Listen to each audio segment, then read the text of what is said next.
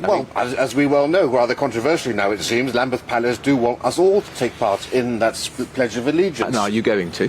I will definitely be doing so, and you know, normally I don't like modernisation of ceremonies, but I think this is a way to take the celebration outside of the Abbey to the whole nation and indeed to all of the Commonwealth realms, so we can all participate. I'd actually like all schools to have their children do it on the Tuesday. Are you going to do it then? No, I'm not. I don't like it. I don't like it. I think quite a lot of people are uncomfortable with it. I don't like it. I think the royal family exists because we buy into the notion that they are like us.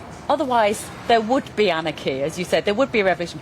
We have to believe that if we meet the royal family, they are like us. And I have met them, and I'm no doubt you have, and they are actually quite normal.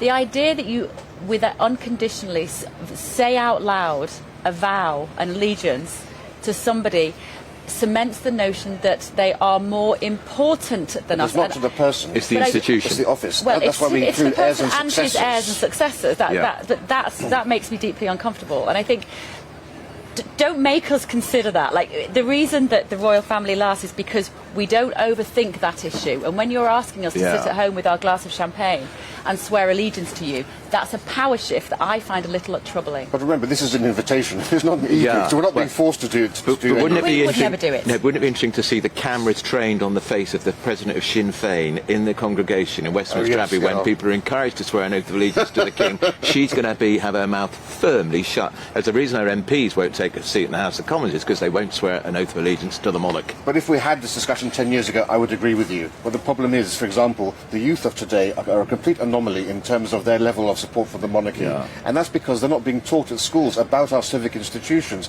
And we know over the last few decades there's been a left-wing takeover of much of our schools, where fewer than 10% of teachers now vote for the Conservative Party or centre-right parties. They're not getting that education, and that's why I think something like this is actually quite important. Now, the government has just announced that they want to have coronation lessons for children, but they aren't compulsory. They just have advisory packs. Shouldn't they had them before the coronation? I know that, too little, too late, I would say. But that's why I'm in favour of this. I want people to actually engage and participate in our constitution. But you see, I think the children should buy into this because they understand the good that the royal family do and that they understand the value. You can't literally brainwash them into believing that the royal family they've been brainwashed in so many ways. They are, but in a semi sort of North Korean style way that you get the whole class just sitting and saying we pledge allegiance. This generation are too smart. They're too canny. They won't do it. They smell a rat. American children pledge allegiance to the flag every day. I think once every 70 or 20 years. It's a once-in-a-lifetime thing.